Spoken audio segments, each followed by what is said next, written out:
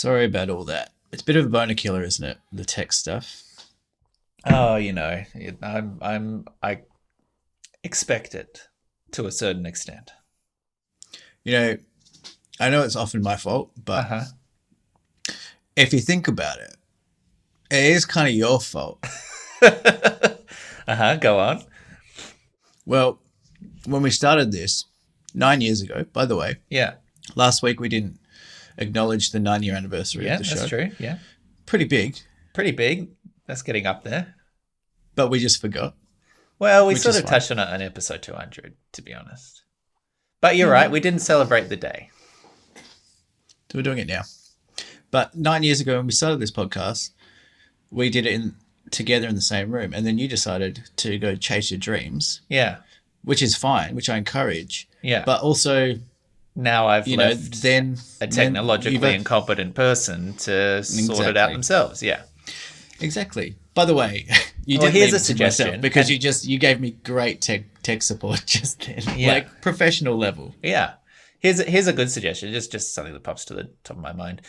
9 years, as you pointed out, 9 years I've been in New Zealand. One of the ways in which you wouldn't have to deal with this is if you came and visited me in New Zealand, and then we recorded in the same room over here, because it has been, as you pointed out, 9 years in which I've lived in another country, almost a full decade, really. And I mean, hold on.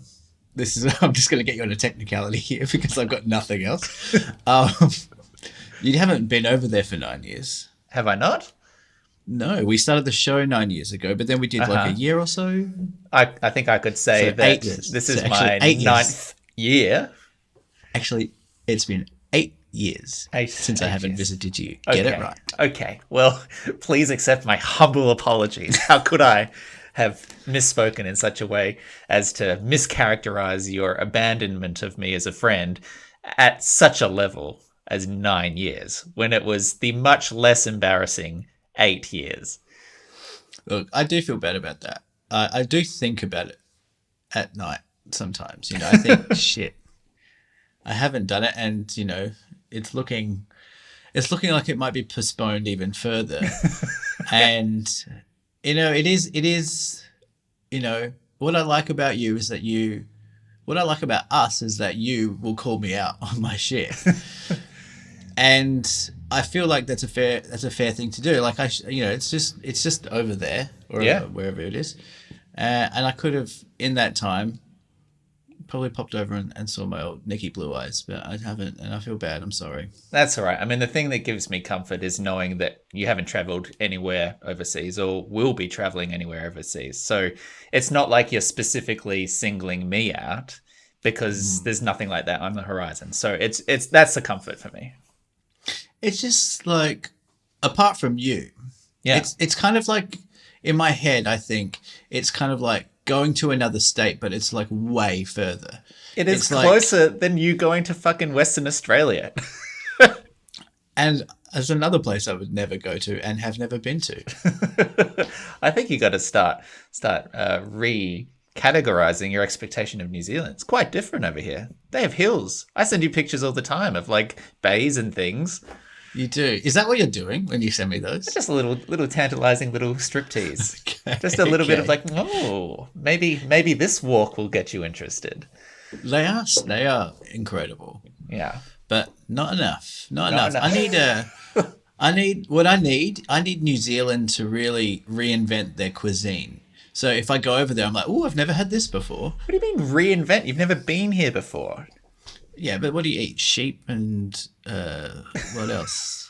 Just What do you? sausages. What do you want? So just for you want it to be like Italy? Do you? You want it to be all like pasta? Yeah. I want like something like that. Like, it's that famous New Zealand curry that you got to get when you get there. Sure. So you want it to be culturally a different place. Well, why don't you have like a fucking hungy? Are you allowed to say that?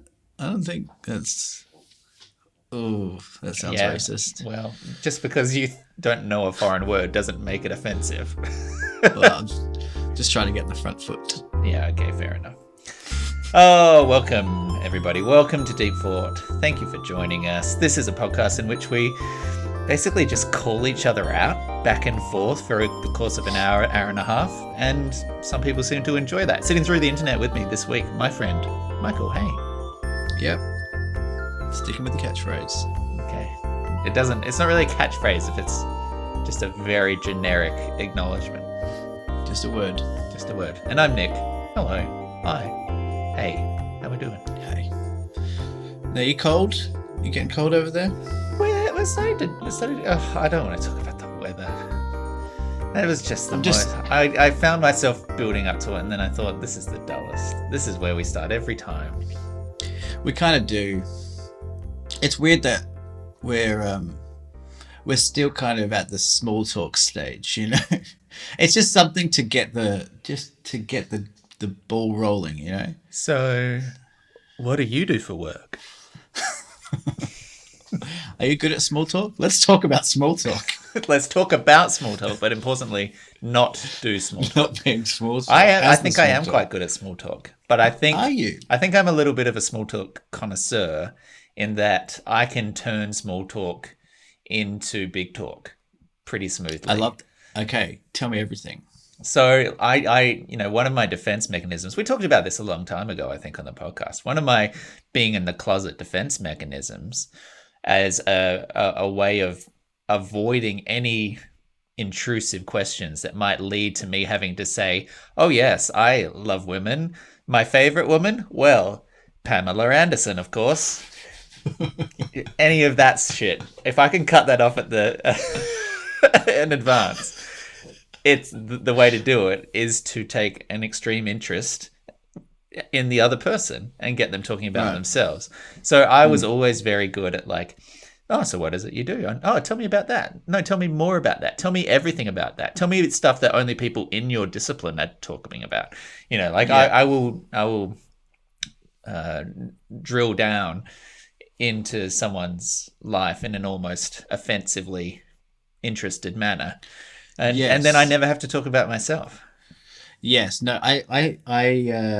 I think like if you're a naturally curious person, it kind of helps you out a little bit in those situations. But I think I do a similar thing where I can really find something about anyone interesting. Yeah. But where I go wrong is, first of all, like my opening question, just say we're at a party and, you're there as a +1 because it's your girlfriend's work event. This didn't happen at all, by the way. For actually, at your work events, you tend to just show porn to your boss.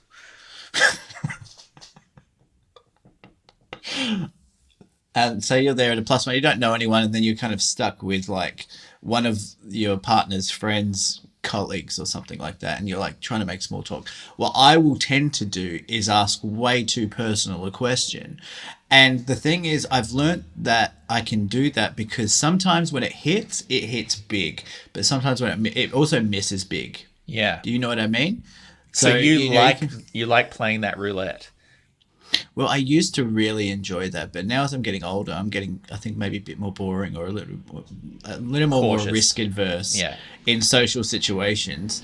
So I don't tend to do it that much anymore. But like, I don't know, I can maintain a conversation with someone who I've not met, but as long as they're giving me something back, otherwise I will actively maybe tank the conversation. Well, the classic for this is a wedding, right? There's a bunch of people there you don't really know. You've been thrown on a table, half of them maybe unfamiliar, and you've got that thing where it's like, wow, we have 4 more hours of this. Yeah, that's the situation, and I tend to be pretty good in those environments.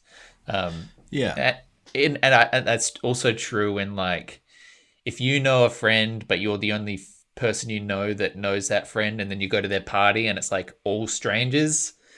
I'm pretty decent at like slipping into the conversations, and weirdly enough, I tend to do quite well in those environments because unlike my friends and family around me, they don't know me, and I can just like charm and wit my way into like cultural approval, whereas everyone else, when they hang out with me, is now they're so much harder to impress, so much harder to be like, oh, I write for TV, and they're like, yeah, fucking we know, shut up. Whereas if I go to like my ex-flatmates going away drinks, I'm a fucking king. I'm a king. They carry me out on their shoulders. You're my king, baby. Well, thank you.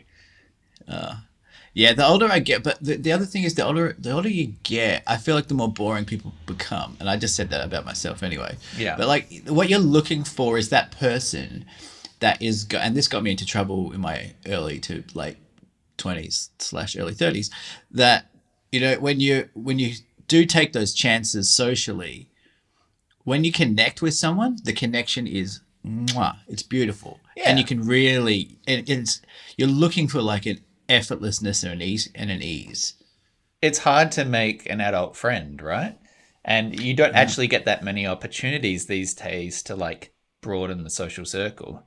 So you're totally right. When you find yourself in an environment and you find someone who has your same sense of humor or are willing to go with you to the like personal questions or whatever, that's satisfying. That's fun.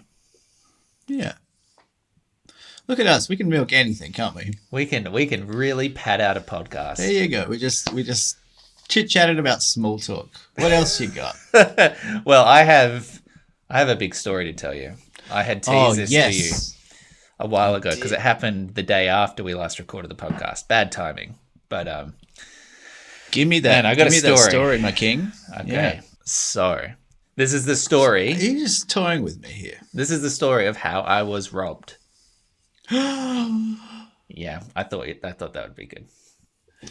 Okay, so I went back to Adelaide a couple of months ago, and as part of the deal of like crashing at my parents' place, they often give me tech questions like sorting of my old like wardrobes and like other kind of house chores to do while I'm there.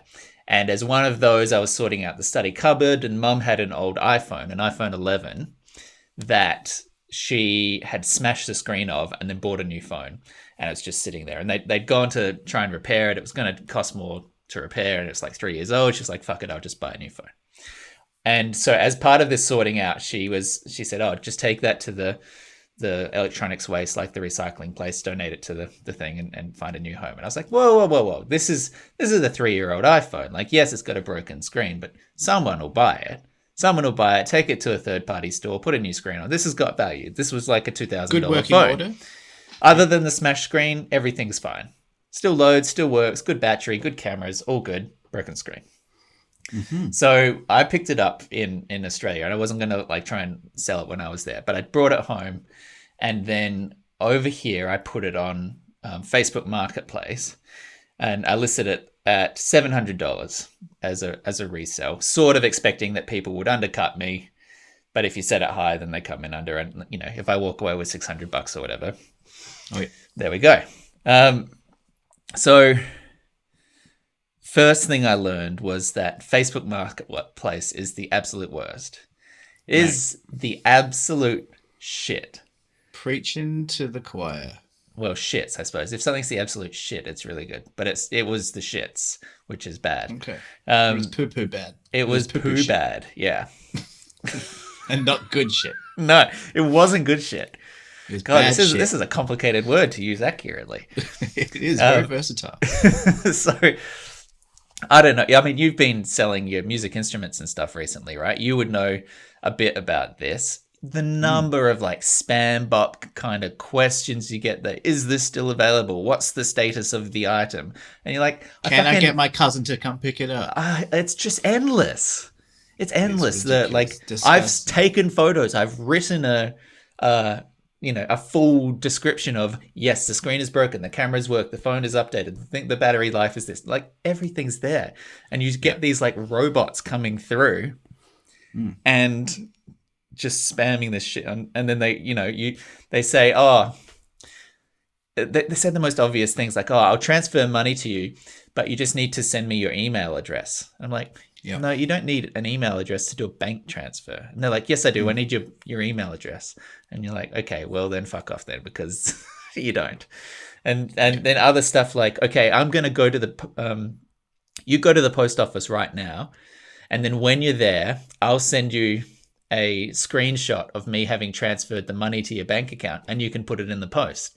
I'm like, bitch, I'm not sending it unless the money's in my bank account. I'm not going to take it off the like fucking screen cap that you actually sent me money. Jesus, like all this nonsense. So I left it there for a couple of weeks, and you know, you have to renew it every fortnight. And I'd sort of like gotten to the point where I was like, oh, fuck it. I probably just need to pay for Trade Me, which is the like actual auction house website. I will list it. I will pay the cut of the sale fee to the organization, but I will know that all the people I'm actually dealing with are human beings who actually want this phone. So I just thought, okay, I'll let the thing, the listing expire. I was quite busy in the last couple of weeks with work stuff. I just wasn't the primary concern. And then I got a message from this guy saying, hey man, would you accept 600? I was like, oh, this is actually a human. He is asking sensible questions. You check the profile? And I clicked on the profile. It was a real profile, 300 friends, looks like a real guy. And I was like, cool, that's all good. And we started to negotiate, like, I'll be working from home, but I'll be here at like 2:00. So if you come by, bring your cash, we'll do a swap over. Bob's your uncle. What age? What can you describe the guy from his profile a little bit? So from his profile, I would say 30s or 40s, like a little bit older. That's what you want. Yeah. And obviously when you're buying something like a phone, you're going to need like actual money. It's not just, $20 you found around the corner. You have to be able to conceptually go and get $600 out, right? So I looked at the thing and it was like, okay, human being, it's not a spam account. It's not like a naked woman or anything. It looks like a guy. Yeah. So I sorted it out, and then I was working. So I was on Skype all day because I was writing with Grace.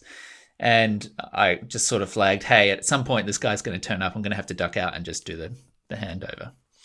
So at 2:13 p.m., this guy says that he's here, and I go outside to meet. And like I'm on the Skype call still. I'm just like, sorry, I'll be a second. And then I go and stand outside, and I'm waiting. And the guy, like, we have a slightly unusual address. Like we're on a shared driveway with like 8 other units. So it's not uncommon for like deliveries and stuff to get a bit confused. Uber Eats gets a bit confused. And so I'm standing around, there's no sign of this guy, and I'm like, oh, fuck, what's happening? He eventually shows up like 2:20-ish. And then he has a look at the phone. He just walks down the alleyway, and he, has a play with it. And he's going on about the fact that the last time he tried to buy a phone, it had been blacklisted. And so he just wants to check that the phone is still operational. Because it turns out in New Zealand, there's a network level thing that you can do where if a device has been stolen, they can actually blacklist the phone from being used on any of the networks. Okay. And he said, so I bought a phone for my girlfriend, and this one's for my girlfriend, and last time she tried to buy a phone, it had been blacklisted. She bought like a stolen phone and she wasn't able to get into it. So I just want to check that this is like a functioning phone. And I was like, it's all good. Please. Were there any like alarm bells about his appearance? Did he seem fine? Like, did he smell good? I didn't smell him. He seemed all right. He seemed a little bit nervous. So he was this sort of largish Maori guy. And I had this moment sort of halfway through the thing where I saw his hands were sort of like shaking a little bit. And I just caught it, but I didn't like register it. I just saw it. Okay. And he was holding up his phone and he was looking through it, and he's like, I've got an Android. I don't really know what I'm looking for on an iPhone. She was going on about like, make sure it's not logged into iCloud because they can just deactivate it and this kind of thing. And I was like, well, I've already wiped it. This is a brand new phone. Like you're in the reset screen. Mr. I'm Mr. tech Apple support over here. Like this is a fine phone. You can see it's at the intro. And he's like, I just want to, she said something like, check the IMEI number, which is the serial number effectively. Just check that because you can see if that's been blacklisted or whatever, and we just want to get to that. So I'm like literally setting up the phone. I'm like rapid fire through all the setup stuff. Set your pin 111111. Going through all of this. And then he's like, you have to do this. Like one of those setup stages is getting on the Wi-Fi. And so, like, we're standing out in the driveway. I don't want to add it to my current Wi-Fi. So he's trying to then hotspot from his current phone a Wi-Fi on so that we can get past the screen, so we can get to the thing, so I can show him that it's a functioning iPhone. And it's, like, so tedious. I hate this. So tedious. And this is, like, I'm still on a live Skype call in the other room. Yeah. So I text Grace, and I'm like, I'll be 2 ticks. Like, I'm still going. And he's like, oh, I almost sent my girlfriend to come and do it because, like, I don't know what I'm doing with this. And you know, she's the one that the phone's for. So we go through all this thing. I set up the thing. Finally, it gets to the point where he's like, it's all working. There's no iCloud logged in. The IMEI's all fine. He says he just wants to check what the thing was that his girlfriend was concerned about. He says he'll message her. Can we go to her? And I was like, nah, I'm not. Like, I'm on a phone call. But if you want to bring her back, like, that's okay, I guess. But, like, I can't do this forever. This is like 2:35. This has been at least like 15, 20 minutes of me now out in the driveway. Man. Right? So he says, like, I'm like, do you want this phone? And he's like, yeah, I'll go get my girlfriend. I'll go get the cash and then I'll come back. So just stay right here. Should have had the cash, but all good. I agree. But at the same time, part of my brain was like, well, I wouldn't necessarily carry $600 cash with me out to meet a random guy. Like, I sort of get it. So then we, like, walk down to the end of the road to see where his girlfriend's parked the car. There's, like, literally no one there. He's like, I don't know where she is. So then I'm like, well, I got to go. So I take the phone, I go back inside, and I just, like, wait for a few more minutes. And then, like, 5 minutes go past and I message to ask, like, are you coming back? And I tell Grace, like, sorry, this is taking fucking forever. Like, I'll hang up, I'll ring back in a minute. 5 minutes go past and then this guy texts back, yes, I'll be there in a couple of minutes. And then another 10 minutes go past and he says he's here. So I go outside, I'm barefoot, like, I took my shoes off. And there's, like, a silver station wagon in the driveway. And like I said, we have this shared driveway, a single car driveway. And they've either gone in the end and turned around and they're now out facing the driveway, or they backed in. But I am facing the passenger's side where the girlfriend is sitting, and he's in the driver's seat.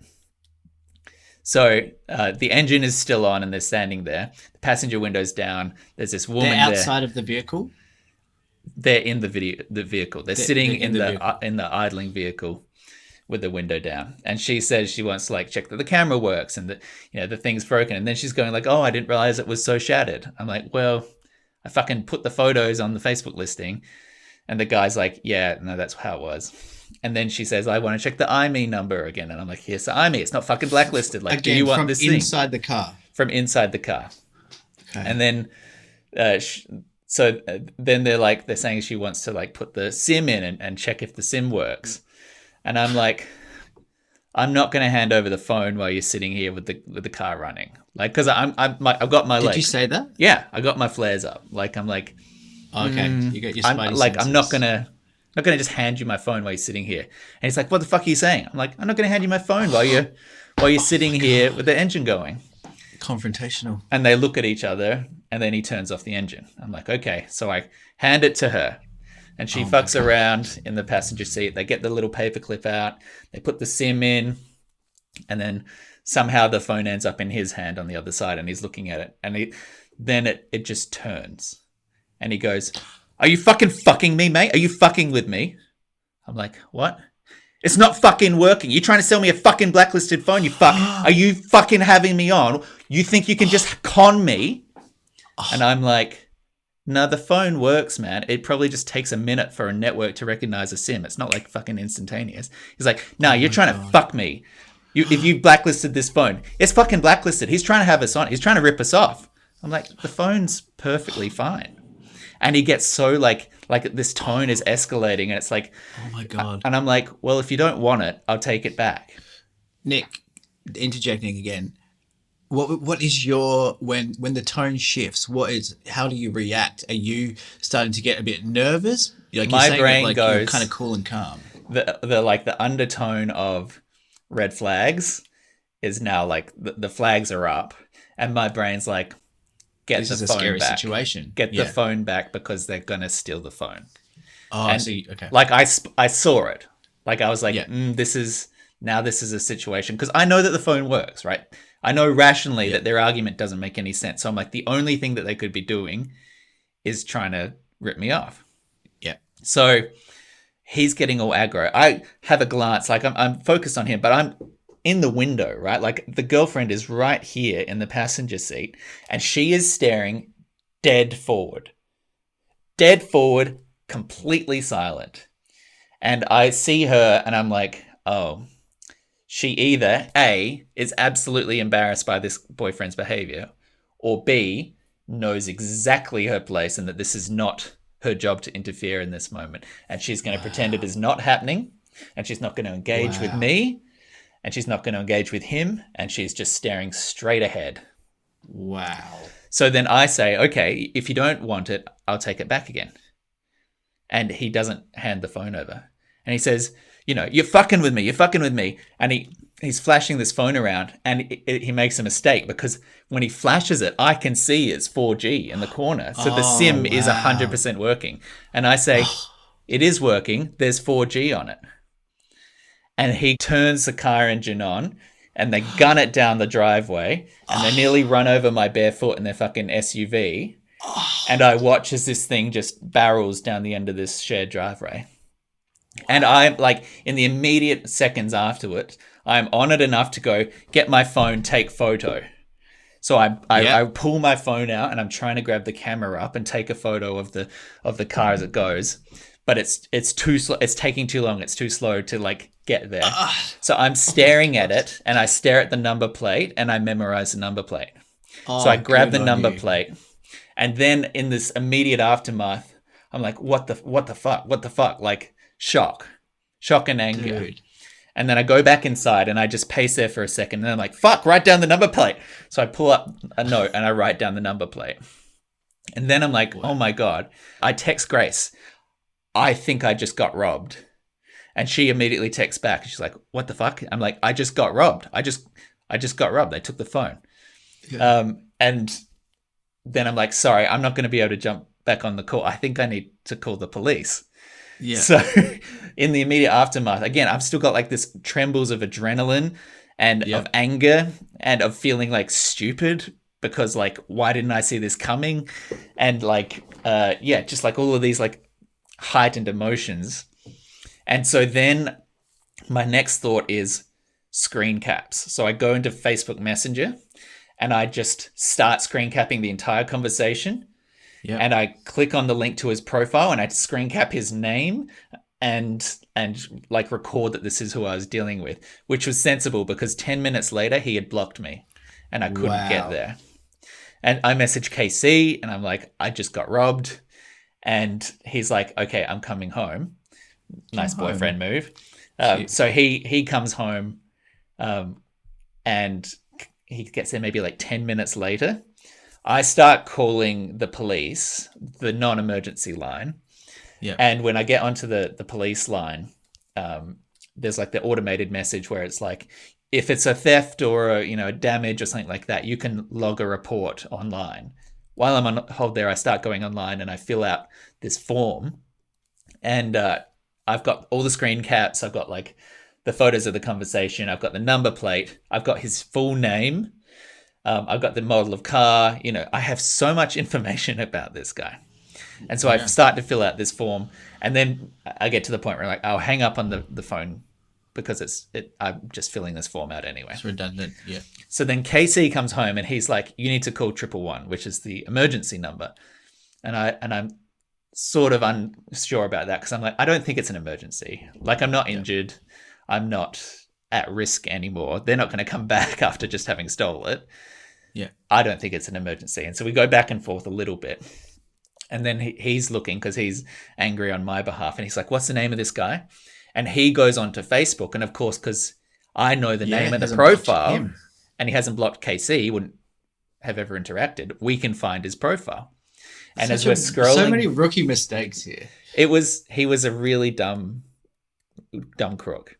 Yeah. So as we're scrolling his profile, there is a post there from September last year which says, "Guys, I'm in jail. Please send money and shoes. I need friends here." And like, oh my fucking God, this guy was recently in prison. Yeah. And so at that point, I'm like, okay, I'm gonna call the police again. Again, not the emergency, but I'll stay on the non-emergency line, and I will tell them that the person who just robbed me is potentially a criminal, an existing on parole kind of criminal. And I put, because the online form is already submitted, I want to confirm those details and potentially the other screen caps that Casey's now been able to take of all this stuff. Yes. So I submit the incident report. I get on the call. I speak to an officer. The officer's like, "Yeah, thank you for that. We'll make a note of this." And then he suggests, "Oh, you should call local pawn shops, because now that you have a report number, the pawn shops can keep an eye out for this specific kind of phone. If it comes in, they can either hold onto the device or hold onto the guy, and the police will come and arrest him." And they find that through the serial number, or so I had, because again, nerd, very well prepared. I had the serial number, I had the model number, I had the, storage device, like all of this information. Of course you did. Good on you. All stuff that I would never have done. Yeah. So I can call them up and I say, like, here's the serial number, here's the model, here's the police report. If it comes in, call the police. So then I call every pawnbroker in Christchurch, and I tell them what's happening. It doesn't actually it only takes me 20 minutes. Like, Cash Converters is a chain. You can just do it on the line. There's like 3 others. There was one that doesn't even accept phones. Like, it wasn't too hard. And then I call my telco and say, "This is the serial number of the phone. Let's blacklist the phone." The thing that he was afraid of actually happening, I call up and I try to actually do. Unfortunately, because it had been 30 days since that had been on my network, they can't spot it on their system. They can't blacklist it. But anyway. And then at the end of all that, I realize that it's covered under contents insurance. And so I lodge an insurance claim for it. For how much? And 5 days later, I got $1,800. So they knew for old payment, and the iPhone 11 is no longer in stock, so they paid me the $2,200 minus my excess, and I got 3 times the amount of money that I was trying to get from the sale of the phone. Oh my God. Wow. What a story. And that, my friends, is the story of how I was robbed. That's a movie as far as I'm concerned. Yeah. That's incredible. That is incredible, and a happy ending somehow. Yeah. Do you reckon this guy knew he was going to rob you? Also, do you think it's weird that he decided that if he was pre-planning the robbery, premeditated robbery, why has he chosen an iPhone that's been smashed? There's a lot of weird questions, right? There's a lot of things where you can only assume that, like, the guy is just dumb. Like, he's not doing smart things. He used his real Facebook profile. So I had his real full name, and like all of his friends' connections are like visible there, right? He's posted that he was in jail. So now he's made visible to me the fact that like he's a higher risk, right? He drove in a car that I got the number plate of. I had the screen caps of the entire conversation. There's so much information that he gave me that I don't understand why you would take those risks. And then, as you say, at the end of the day, it's for a broken iPhone 11. So there are questions where maybe he was scouting it out in that first visit to see whether it was worth stealing, went away, decided to do it. And maybe that's why the girlfriend was like, I didn't realize how smashed it was, because they were having to think, is this worth anything to us to steal it? Yes, because if the intention is to pawn it off, then it's like extra work. Are we going to be able to? Are we actually going to be able to fix this screen? Like, fixing that screen will cost $400. It's just the nature of that phone and that model. It was the Max, It's a specifically large screen, and that was the reason that Mum had upgraded in the first place. Because why spend $400 when you're at a point where it's like, I should just upgrade? So for a $600 outlay to then spend another $400, what's the chances of you making anything back on this? Yeah. Very confusing. It's got to be an act of desperation. But and then the other thing is, like, if it's a phone that you are stealing because you want to use it, then why steal a smashed phone? If you're going to steal it, just steal a good one. Like, I don't get it. That's the thing. Like, the amount of like the lack of like forethought. Yeah. But also there is like a degree of forethought in that, like, this is obviously premeditated. I'm going to get the girlfriend to wait and then come back around, and we're going to keep the car running, and then we're going to look at each other and, turn the engine off. Like, there's a bit of that, but it's so botched that it's, to me, it just seems like it's just like an act of desperation. They're like, we need this money for something. It's like ill thought out. And like, then my brain goes, okay, so like, I saw his hands shaking when he came to see me. Was he nervous about it? Was he not sure if he wanted to steal it? Was he thinking through? Was he like drug withdrawal and this is something he's going to pawn to get his like meth fix? Like, who knows? It was like, there's so many questions still lingering for me about it. And any updates from the Popo? No follow-up.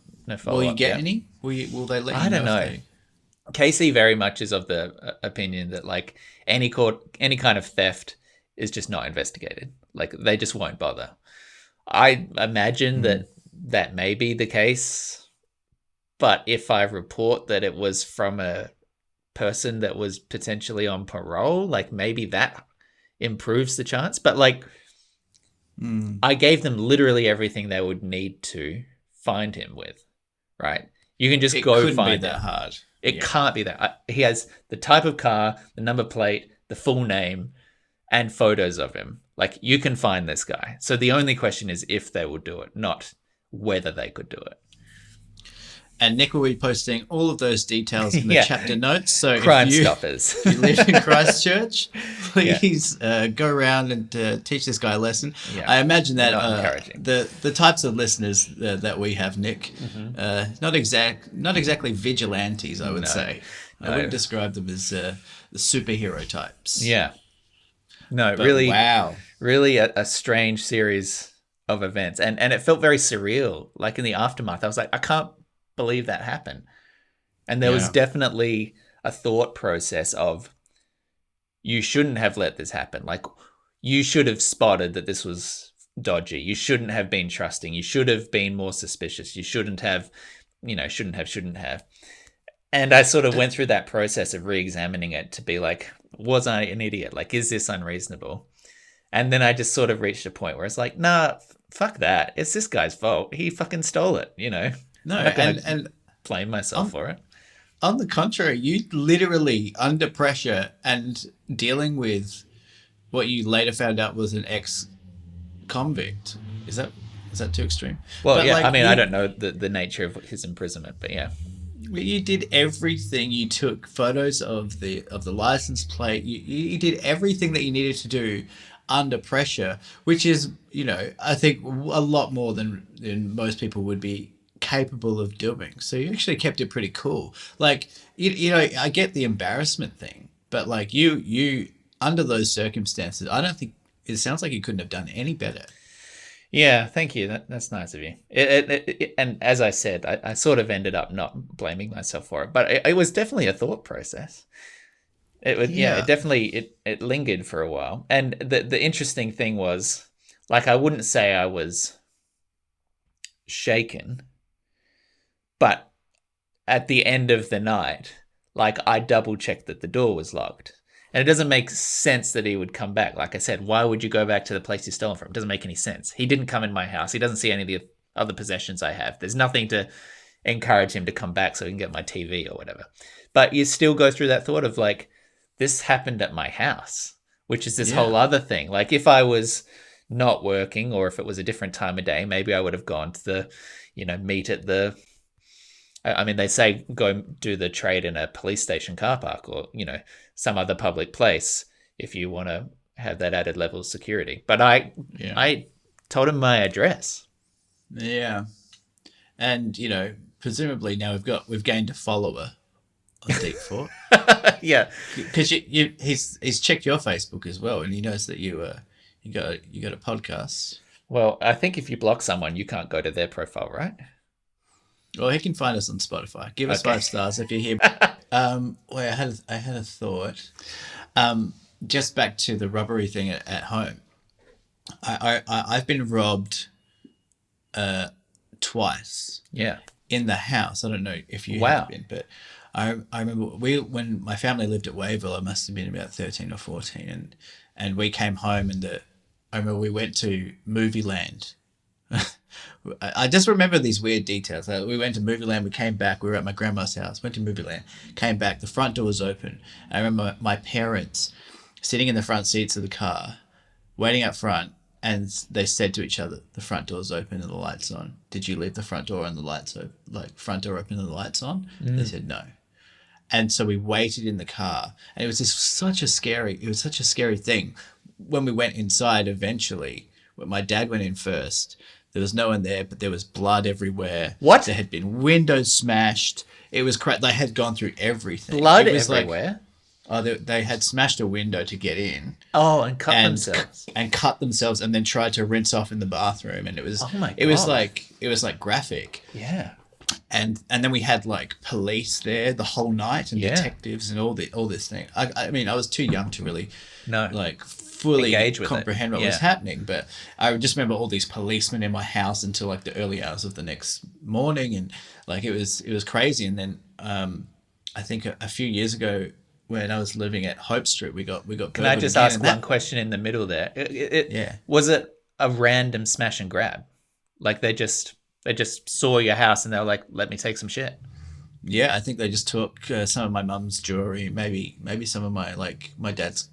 Maybe they tried to take the safe. I vaguely remember that. Sure. But it was just kind of valuables. They didn't take anything extreme. But I was also robbed a few years ago when I was living in Brunswick, and the front door was open. They took a few things, but just that feeling of having someone in your house, or it's like the invasiveness of it is worse than anything. And even just having someone at your house, your place of your home base, your safe, what's meant to be your safety space, having that violated in some way, even if it was outside of the home, I can imagine it's just like this icky, eerie feeling that I think it's primal. Yeah. It's like this is a silly analogy, but it's kind of like the vampire thing. Like, I didn't invite you in. You're not allowed in the house, and someone was in the house. It's like, no, this is my space. And it's the same thing of even in the front yard, it was or on the shared driveway. It's like, this isn't where this should happen. This is my place. Now, who's your insurer? Because we've got to give them a plug, surely. AA Contents Insurance. Very easy to deal with. Had the receipt, Love of course. those guys. So that makes it easy, and problem solved. Now, you giving your mum a cut of this, or? She sort of ceded right to that when she just wanted to recycle it. So this is all going to the Nick bank account. Yeah, I mean, you went through a lot. Now, it's not a hypothetical question, really, is it? Well, I guess it is. Would you rather have not had the $1,800 and not have had to go through that experience, or is $1,800 enough to have that experience? Nah, to be honest, I was going to be pretty happy if I got $600. For a phone that wasn't even mine, and for a minimal hassle, if I had found a real person, or even on Trade Me, and I'd got my $600 on behalf of my mum's old phone, and just seen the end of it, I would have been perfectly happy. I was like, fuck, that's nice. Let's go away for a weekend. Yeah. So I didn't need this to happen, to be honest. But now you can go away for 3 weekends. Now 3 weekends. Yeah, exactly. Now, stuff like this that really makes you believe in God, doesn't it? That's it. Do you believe in God now? Not the God you're thinking of, but definitely one of them. One of them. Yeah, That's as long fine. as there's one. Okay, just Um, get one of them. now, can I talk? Can I talk something tricky for a minute? Um, Oh, one other aspect about this was a race aspect, I was because gonna ask. this was a stocky, tattooed Maori man, Yeah, and the interesting part of the process for me as I was dealing with this guy was an internal narrative about, is this shady behavior? Is this a red flag? Is this just my racial preconceptions prejudice. and Yeah, prejudices coming into bear? And part of my examination process afterwards was trying to check whether my calibration was off, whether I should have noted some of the behaviors as dodgy regardless, or whether it only yeah, took a turn at a certain point, and battling that internal narrative, because there are absolutely stereotypes about yeah, the gangs in Christchurch, and yeah, a particular type of cliche about a Maori man, and they're um, that was in my head, and I was in the moment trying to identify where that appropriate level of reaction was. Like, if I saw yeah, him come up and then he walked away, and could I validly have said, "Nah, man, this doesn't feel right. Sorry, have a good one." And what is that yeah. prompt from the other person? It was Yes. yeah, a really interesting other level to it for me afterwards, in terms Yeah. of my reflection of how what all went down. Yeah, it's a tricky space. I feel like a lot of us have been in that position where they're kind of questioning their own prejudice and like I think, you get to 33 or 34 or whatever we are, and you kind of I think you get pretty good around that age at getting a vibe or a sense of people. Mm, And I guess what you're doing is kind of you're questioning in yourself what is informing that spidey sense that I'm getting. yeah. What is that little detection thing? Is it my preconceived notions of certain stereotypes, or is it just the feeling? I think it. I think, I mean, for you, you're a very thoughtful guy. Everyone would acknowledge that you're a very thoughtful guy, and it's clear that you even like you're bringing it up now. Mm. But I mean, it all kind of informs. Like it's unlucky that it happens to be someone who's a different race to you, or are they're not minorities over there, are they? But they're still a Maris? minority, yeah. I mean, I guess that's unfortunate, but you're what you're doing when you're detecting some sort of uh, offness is you're detecting the vibe. I Yeah. feel it's not especially from you. It's not kind of informed by what they look like. No. But I mean, yeah, it's tricky. There is an element of that. You can in theory. I mean, they have a big Herald Sun slash conservative media thing is promoting the African gangs are on the Yeah, yeah. rise here in Yeah. Melbourne, and that's to a degree definitely drummed up, and it's kind of feeding this fear that Yeah. predominantly older their white audience kind of gets off on, and Yeah. the best kind of news is news that's based on fear. Yeah.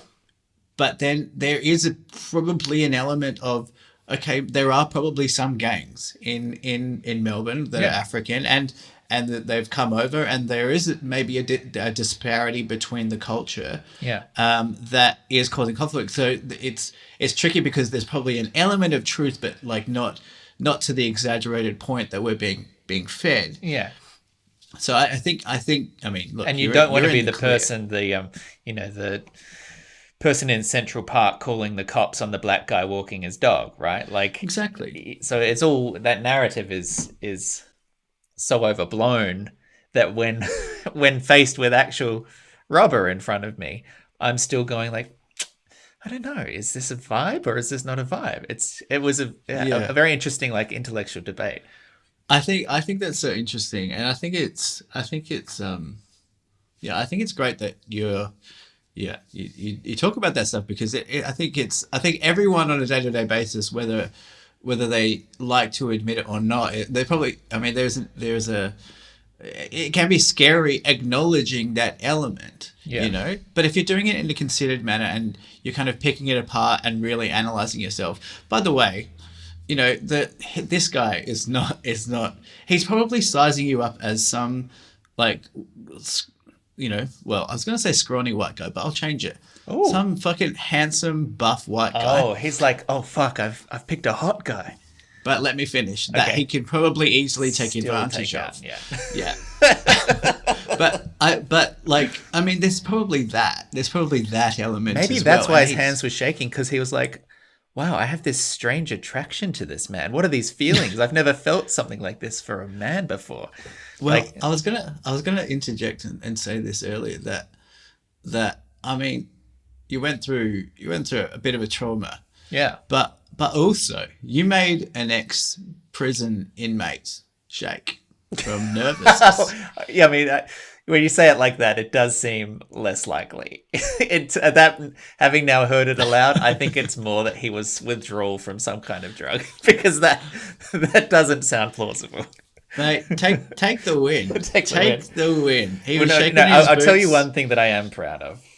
This was like real cinematic as well.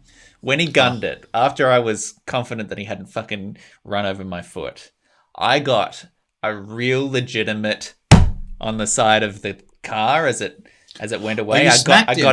got a slap on the back window as the car went past.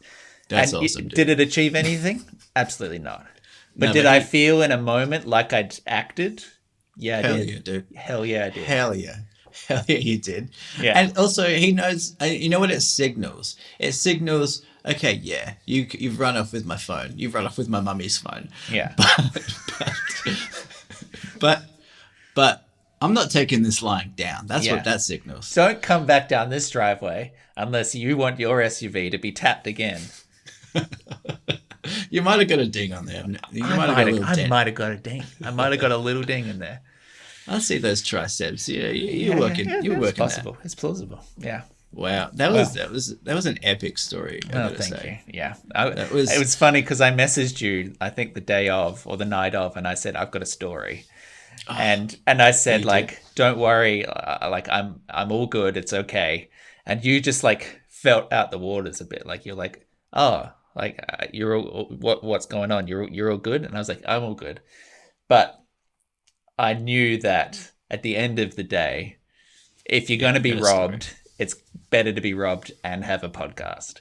Yeah, baby. Yeah, baby. It was all worth it. Oh, well, you were like, content. Here we Hashtag content. We're Hashtag doing this. Yeah, well, I've got a podcast. See ya, bucko. Yeah, just slap the ass of that SUV as it drove out. Yeah. You'll be hearing about this on Spotify and all good podcast players. Wherever you find your podcasts. Consider yourself slandered. It's not slander because it's all true. Oh, good. I'm proud of you. I'm thank honestly you. proud of you. You stood up to a baddie. Thank you. Yeah, I'm a hero. You can say it. I would say it.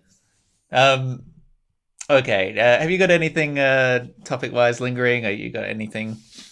What have I got? I'll give you some optionos. How about that? I'd love that. I'll say a quick happy birthday to my dad. Happy birthday, Peter. It's his birthday. He's 65 today. Oh, young buck still. He does have a lot of vitality in him. Mm-hmm. And I don't know what his listenership with this is, but sometimes I think he tunes in just to make sure I'm not making a fool of myself or him. But yeah, happy birthday, Tough bar to Dad. clear. Happy birthday. Now but I've also got just a one. It's a peeve, but I just feel it's short. Peeve or a myth? Oh, myth. It's a myth. Okay. Well, it's not. I don't want to. It's short, Nick. And look, I know, and you're gonna so feel me on this, big boy. Okay. Sorry about that. Why did you have to phrase it like I that? don't know. Sometimes I need to fluff up my sentences. Why are you saying that? Michael's moved, and no displeased, riled up, offended, aggrieved, irritated, chagrined, pissed off, put out, resentful, and piqued, discontented. Michael's moved. So Lauren and I went on a hike the other day, right? And this is maybe what you would call a mini myth, but we're not going there. You previously objected to that categorization. Yeah, I have. But we went on a hike the other day, and we went to this beautiful spot in the Yuyangs, kind of a nice elevation, nice scenery. It's only an hour out of Melbourne. Beautiful. We start walking up this hike. It's a lovely day, 23 degrees, sunny. Walking up, about 20 minutes in, I hear this. I'm a big nature guy. I like trying to, be present, be in the moment, smell everything, watch everything. If there's a bird, If there's a horse, you want to go smell it. If there's a tree, you want to go smell it. But it's all part of the experience. It's like I want all of my senses to be engaged with my surroundings. Yeah. That's all about being present, Yeah. I don't want to give you a lecture on meditation, Nick, because I've never done it. But yes, I guess that's a part of it, I'm imagining. And then, so 20 minutes into this walk, it's beautiful, sun is shining, birds are chirping. We're walking up this little it's quite kind of like a, there's lots of things to climb on this hike. Like it's easy. Like but sort of scrabbly a bit. Yeah, but you can climb over a boulder a little bit to get up, the path. Yeah. It's fun. And I start to hear this. I'm like, it's unnatural to hear a regular beat. Yeah. As we get up closer, we realize that there's a group of, I want to say, people in their early 20s playing techno music from a boombox strapped to their backpack. Oh, they're carrying a speaker with them on the hike. They're carrying a speaker on the hike. Oh. My blood, Nick, it goes from 0 to 100 so quick in these situations. Sorry, just to backtrack there. Your blood goes from 0 to 100. Yeah, it does. Okay. In terms of temperature. Oh, sure. It's boiling. Is that not clear? It's boiling. I thought you meant KPH. I thought it had really fucking gunned it out of your body. I'm at a gentle simmer. Okay. Look, if it's at 100, to be honest, I think you're at a roiling boil. But let's not get caught in the cooking terminology here. Let's split the difference and call it a cool 92. Sweet. I'm annoyed. I'll say that. I'm annoyed. Peeve. I'm peeved. I'm mini miffed. No. I'm gonna allow this as a full myth. This isn't a mini myth. This is a real myth. It's a big time faux pas. I've got my problems with. I don't even like to go to. I mean, I go to nudist beaches now exclusively, as we've heard previously established. But part of that is because when I go to these places in nature, I'm happy encountering other humans. Yeah. I'm happy to say hi on a hike. Hi.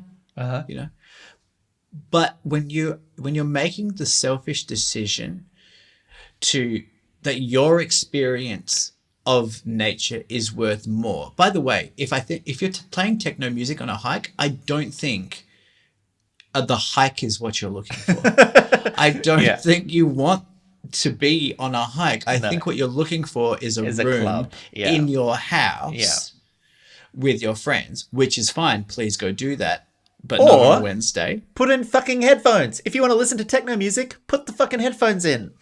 That's what I don't get. They're all in a group. There's maybe 3 or 4 of them. Yeah. And one of them, I guess, has just decided, we should bring music to this. But it's so obnoxious. It is.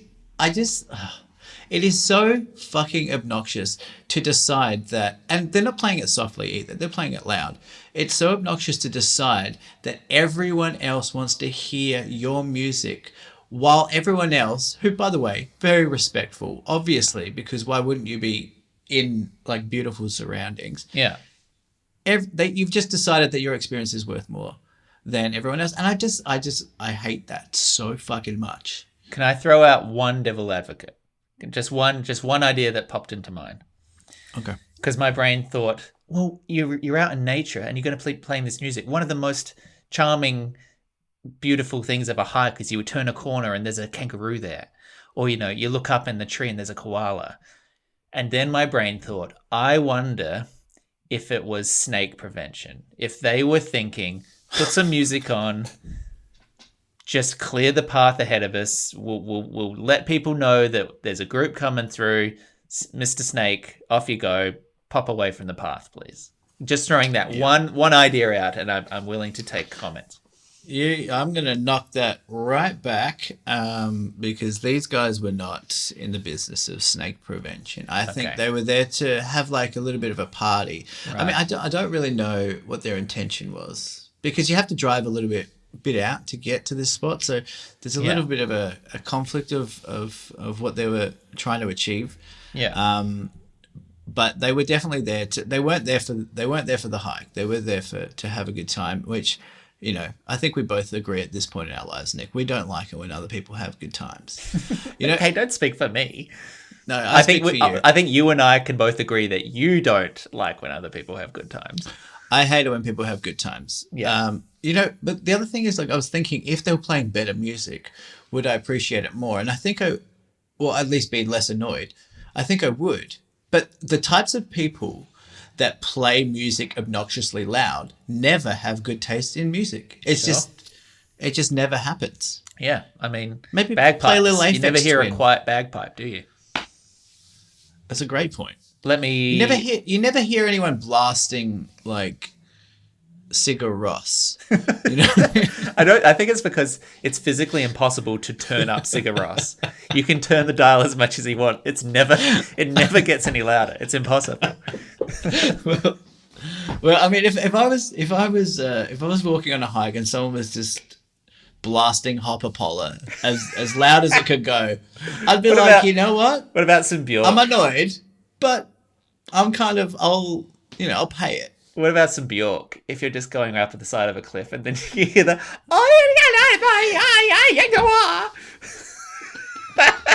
would you feel more attuned to nature? I would because I feel like the type of person that would listen to Bjork is the type of person that is thinking about what they're doing, because you don't just put on Bjork radio. You don't just put on radio on Spotify and Bjork comes on. You have to choose Bjork. You really have to go looking. You have to want to play Bjork. And at least there's some intention there with the music. Not just, let's just have a kick drum go at 130 beats per minute. You know that you could get into an interesting conversation with the guy who was halfway up the range blasting Bjork. You know there's been a thought behind it. And they're almost certainly on mushrooms. 100%. Yeah.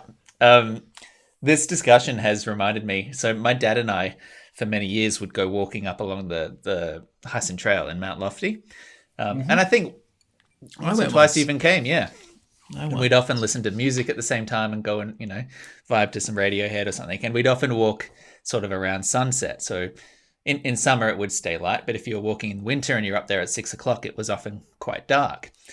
And that's quite nice because we like walking in the rain or the cold, and you put on some atmospheric music, you headphones, of course, and you're enjoying yourself, loving it.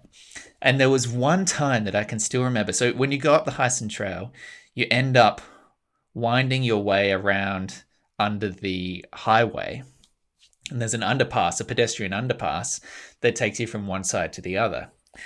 And every time you go through there, there's this little bit, like this little tingle of excitement, particularly when it's night and when it's dark, because it's like a good, I want to say 100 meters at least from one side of this 8-lane freeway to the other. And at night, it's not illuminated at all. It is a dark tunnel. And there's this little bit of like, oh, I can see the end, and we'll just walk through here, and oh, isn't this fun? And Dad will have a headlamp or something like that if he needs for guidance, but like it's all good. And it's invariably just a dark, silent sort of tunnel, and you emerge the other end and you go on with a walk. And that is true of the 99.9 times that we visited the Hyson Trail, except for one time in the middle of winter that we walked around the corner and discovered a rave.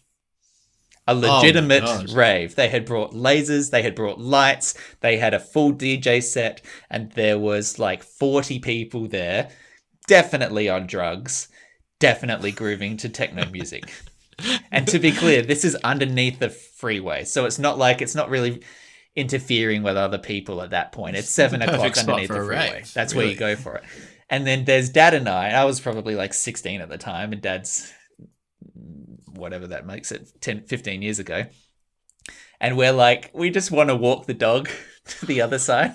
So we're like squeezing through the rave as they're playing techno music, and the dog's like running away. Like we put the dog on the lead, I think, at some point. And then all of the guys, like half of them are sitting on the ground and half of them are dancing, and they're all just like, dog? And they're like, they all just want to touch the dog. and then we snuck through to the other side. But yeah, true story. Wow. That's so funny. Just, yeah, the idea. I bet your dad probably... Your dad, if I wasn't there, Dad would have been on the dance floor. He'd take a few hits of Molly. Well, yeah, I did realize at some point that when we were young, we were just walking. I can't remember. We're in like Chinatown, in like the Chinatown car park, and we were parked on the top level, and we're going down to Chinatown cafe at the bottom.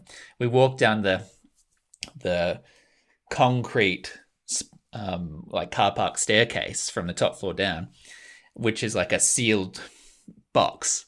The doors close behind you as you go down the stairs. And as we're walking down, we got to the bottom one time, and I think I was there and George was there as well. And he turned to us and he was like, "You smell that? That's marijuana."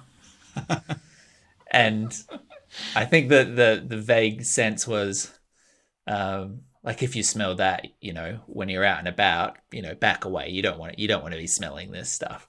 But it was only many years later that I was like, oh, Dad knows what marijuana smells like. Well, and then of course he was does. Child of the 60s, of course. Yeah. Well, if you've enjoyed this episode, I'm glad that my discomfort caused you some kind of enjoyment. Think about that, asshole. Sorry, I came off very hot. Michael's not here at the moment, and I didn't have anyone to balance me. If you want to listen to other episodes, there are plenty more in that back feed, so just go scrolling down, pick one out. I guarantee you'll like it. That's not a legal guarantee. And if you want to keep in touch with us, you can follow us on all the social media of your choice, your Facebooks, your Instagrams. Spot us on Spotify, give us those 5 lovely stars, send us an email to deepfort@gmail.com, and get in contact, because we'd love to hear from you. And then as you're proceeding about your day and your life and considering perhaps selling items of value on the internet, I would strongly recommend you don't use Facebook Marketplace. So there's your tip for the week. I got a rec and I got a weird news. That's what I got. We've done a bit of weird news. Should we just do a quick rec? Yeah. Do you feel like I need to do the jingle? I mean, who cares? Okay. I'll just record it just in case, and then I'll decide whether or not to use it. Why don't you just do the key sound or whatever, the engine sound or whatever it is? Yeah. I don't know. Just who cares? No one cares. Who cares, Michael? Like, what's the meaning of this? What's the point of all this? What's the point? What are we doing? What are we doing? What are you doing? What are you doing? Mate, what are you doing? What the fuck? You fucking are you pied, doing? man. You fucking having me on. You having me on. You trying to fuck me off, man. You fucking me around. You call this an iPhone 11? You call this a fucking It's iPhone fucking 11? blacklisted, mate. It's fucking blacklisted. Anyway, I watched Mulaney's new special, Baby J. Yay!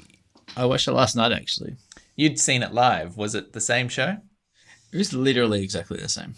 Well, I suppose Like that's... all the beats were so similar.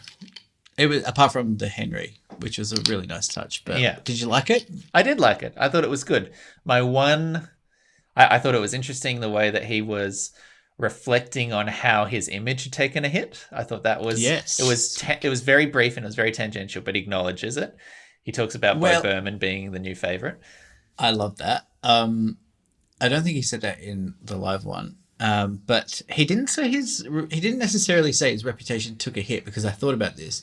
He said his reputation was different. People see him differently now. Yeah.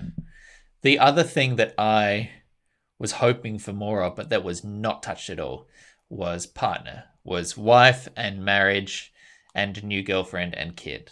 That was very much not the topic of the discussion. It was about the addict and the drug and the intervention, which is all good, and all his material on that was good. Yeah. But very clearly is not talking about that still. And that's the thing that I'm so fascinated about. Are you? Well, just because he told he told so much of the addict story, of the intervention story in his various media appearances in the lead up, that didn't feel like I was learning much new beyond like the stuff that happened at the rehab clinic. He'd done it a lot on late night. Yeah, but I was still really curious about like where the divorce came into it. Like, did he get divorced after the rehab? Yes. Before the rehab? Like that angle of it. Just to satisfy that little itch slightly, I actually listened to a podcast with I don't know if you know who Anthony Jeselnik is. I know the name, but no, I don't know a great deal of his work. He's an American comedian, pretty dark. But he said on his podcast last week that he watched Baby J and that he loved it and he was going on about it. And then he said it was interesting to see some of the divorce stuff happen in real time. And then his co-host said, "Oh yeah, we were at that party." And then they said, should we talk about this? And they said, who cares? And then they didn't go into heaps of detail, but they were like, I remember we were at John Mulaney's house for a party and we were wondering why his wife was upstairs. This is just before he went to rehab, I think. Why is John Mulaney's wife upstairs and didn't come down for the whole entire party? And they said we got to watch his marriage implode in real time. Yeah. But yeah, it's not much, but it's interesting to note that like they were maybe on the outs before he went into rehab. But well, I mean, that wouldn't surprise me if you are a full drug addict. Like, I have to imagine his attentiveness to the needs of the relationship was probably at an all-time low, as he's busy like selling watches and like getting haircuts at SNL and all the other stories he tells.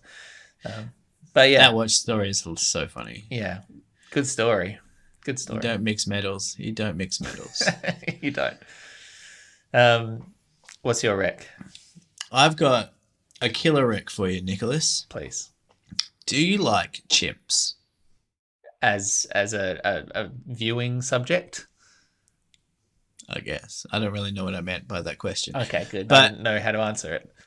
New series on Netflix called Chimp Empire. Which I could only describe as keeping up with the Kardashians, but for primates. Okay, it's trashy reality chimp doco. Look, it's not, but it's like they go into like the social dynamics. It's all politics. It's all hierarchy. It's all rivalry. But they follow two groups of chimps. I'm underselling it. I just said that as a joke. But it's actually done so beautifully. The music is gorgeous. It's unbelievable how they get this footage. It's in it's in the jungle of Uganda, I think, somewhere in Africa. Don't know. But they follow two tribes of chimps, and they basically kind of switch between them. And they follow each, they develop not develop characters, but they they follow characters. Well, it seems like they're making characters out of each individual they're like chimpanzee. definitely naming them and like giving them sort They of they give personalities them and names, roles. Yeah. and they say, this one chimp. My favorite chimp was named Abrams. He's kind of a young 23-year-old chimp, and he's very ambitious. Yeah, you and saw yourself in him. Yeah, I mean, He had Zabrekius qualities. Yeah. He's kind of sarcastic, and, but Good in a party. He had his eye on being the alpha chimp, for quite a while, and kind of made some interesting moves in the chimp community to kind of subvert the leader. Just likable qualities. Just likable. I love a little subversion of authority. It's a beautiful little docuseries. 4 episodes, an hour each. You're in and you're out. Yeah. After 4 hours. I just fucking love this shit. I mean, the thing that I kept thinking about when I was watching this is that, like, you're seeing these chimps and they have so many qualities that are so relatable. The way that the I don't know why I'm starting off with this one, but it was a thought that I had that, like, the women chimps, they really, what they find attractive in men is like their status and their ability to get resources. And what the male chimps find attractive in females is their fertileness or fertility. So I mean, like, there's like those types of things. I mean, I'm not saying that humans on the whole are like that, but like, you get glimpses of that in human society. But then they also just eat monkey meat. They also just eat raw monkeys, and they catch monkeys. They catch like macaques. They'll eat anything. They'll eat fruit. Jeez. And then they'll eat flesh. They'll eat there'll be like certain seasons. This like tree that drops all this like delicious sweet fruit will drop to the ground, and they'll all eat like, it looks like they're eating like an orange, and you're like, oh, that's just like me. And then 2 minutes later, they're like, oh, look, let's get that monkey and rip it apart and all share it. They share the meat around, but the alpha chimp shares the meat around depending on like who he likes the most. And it's like, oh, I can relate to that less. Still some. I mean, we've all been there, but I mean, I grew up in a Ukrainian household. I mean, there's something. Choosing who got the most monkey was part of the daily dinner. But I just kept thinking, like, it just and I've thought this so many times. It sucks to be an animal. Your life sucks. Like, some of these chimps live to like 70 years old in the wild, which is crazy. Yeah. But their life is just constant paranoia. Where do I fit in? Who's gonna fuck me? Actually, it's kind of kind of related. Similarities. Actually, a bit more relatable than I thought. But like they're just like eating. They want like they capture this monkey, which just sounds to me like, I don't know about you, but it just sounds so gross. But they're all like they just like, oh, gathered round. Am I going to get a little piece of this monkey and just rip it, with their teeth and their bones and suck the bones? And I'm like, man, I'm not cut out for the chimpanzee world. I'm just not. Well, I'm meant did they to be include a human the scenes where the chimp's bosses calls them and it's like, where are you? It's 9:05. Why aren't you at the office? And the chimp's like, sorry, I was caught up on the highway. Yeah. Yeah, they did none of that, weirdly. Which, That's, I think, one of the biggest similarities. Behind the scenes, but I mean, they wanted to tell a narrative. Yeah, fair enough. Yeah, some things just hit the edit floor. But I feel like I didn't sell this. But seriously, Chimp Empire. I actually had it down on my phone as Chino Empire. Okay, but that was a just typo. Autocorrect. No, that's a completely different recommendation. Okay, that's much more in the fashion industry. But weirdly, the characters still eat a lot of raw chimp meat. A lot of monkey meat, Nick. A lot of monkey meat. Yeah.